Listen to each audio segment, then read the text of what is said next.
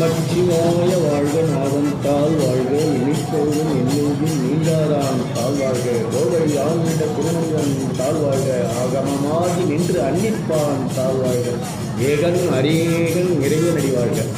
ஓம் நமச்சிவாய.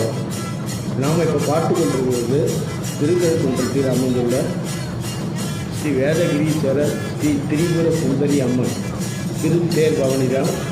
சோமஸ்கந்த பெரிய தேரில் பவனி வந்து கொண்டிருக்கின்றது. அதற்கு முன்னாலே பார்த்தீங்கன்னா விநாயகருடைய தேர் முன்னாடி சென்று விட்டது. இந்த பெரிய தேருக்கு அடுத்து பாருங்க பக்தர்கள்லாம் வந்து வரம்பு இருக்கிறாங்க.